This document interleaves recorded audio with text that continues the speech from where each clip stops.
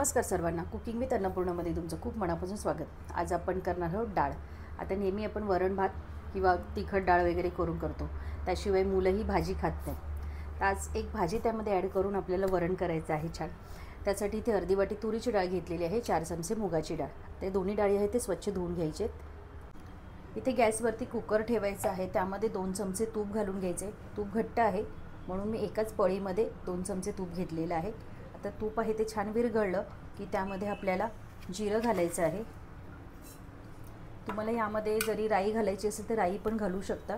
जिरं आहे ते छान तडतडू द्यायचं आहे। जिरं आहे ते छान तडतडलेलं आहे, त्यामध्ये चिमूटभर हिंग घालून घ्यायचं। त्यासोबत एक बारीक चिरलेला कांदा आणि 2 हिरव्या मिरच्या कट करून घालायच्या आहेत। कांदा आहे तो छान असा परतवून घ्यायचा अगदी लाल होईपर्यंत, कच्चा नाही ठेवायचा आहे कांदा। कांदा आहे तो छान परतवून झाल्यानंतर त्यामध्ये एक छोटा चमचा आलं लसूण पेस्ट घालून घ्यायची आहे। त्यासोबत एक बारीक चिरलेला टॅमॅटो आणि आहे तो छान असा परतवून घ्यायचा। टॅमॅटो परतवून झाल्यानंतर धुवून घेतलेली तुरीची आणि मुगाची डाळ आहे ती घालून घ्यायची आहे। आणि डाळ घातल्यानंतर आधी 1 मिनिटभर छान अशी परतवून घ्यायची तुपावर। जर तुम्हाला यामध्ये तूप आवडत नसेल तेलाचा वापर केला तरी पण चालेल। आता ह्यामध्ये आपण बारीक चिरून घेतलेली मेथी घालायची आहे 1 वाटीभर।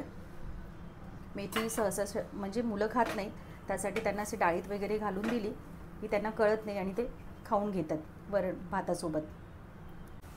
डाळ आहे ती छान अशी परतवून झालेली आहे, त्यामध्ये थोडी हळद घालायची आहे आणि त्यासोबत आपल्याला आता 1.5 ग्लास पाणी घालायचं आहे आणि मिक्स करून आता त्याला शिट्टी करून घ्यायची आहे 3।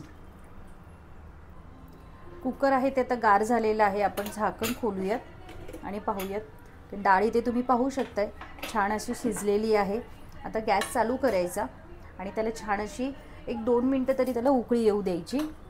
आणि त्यामध्ये आता आपल्याला घालायचं आहे खवणलेला ओला नारळ आणि कोथिंबीर। आपल्याला मीठही घालायचं आहे, चवीनुसार मीठ घालून घ्यायचे आणि मिक्स करून घ्यायचे छान। आणि जर तुम्हाला वरून फोडणी द्यायची असेल पुन्हा एकदा तरीही पण चालेल। आता ही थोडी डाळ आहे ती घट्ट आहे, त्यामध्ये मी एक अर्धी वाटी तरी पाणी घालणार आहे। आता ह्यामध्ये अर्धी वाटी पाणी घालून घ्यायचं आहे। काहींना डाळ आहे ती घट्ट आवडते तर काहींना अगदीच पातळ, तर मी ते मध्यम ठेवलेली आहे।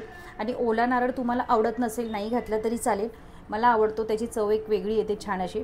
आणि ज्यांना कुणाला नुसती जरी डाळ प्यायला आवडत असेल त्यांनी ते पियाली तरी पण छान, किंवा भातासोबत तर अतिउत्तमच लागते। त्याला छान अशी उकळी येऊ देत। डाळीला छान अशी उकळी आलेली आहे, त्यामध्ये अगदी थोडी साखर घालायची चवीनुसार, खूप भारी लागते डाळ।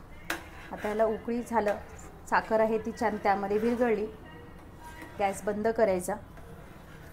अगदी मस्त गोड वरण तयार आहे, त्यासोबत मेथी घातलेली आहे त्यामुळे त्याची टेस्ट आहे ती खूपच छान लागते। तुम्ही पण नक्की ट्राय करा आणि रेसिपी आवडल्यास लाईक, शेअर, सबस्क्राईब करायला विसरू नका। धन्यवाद।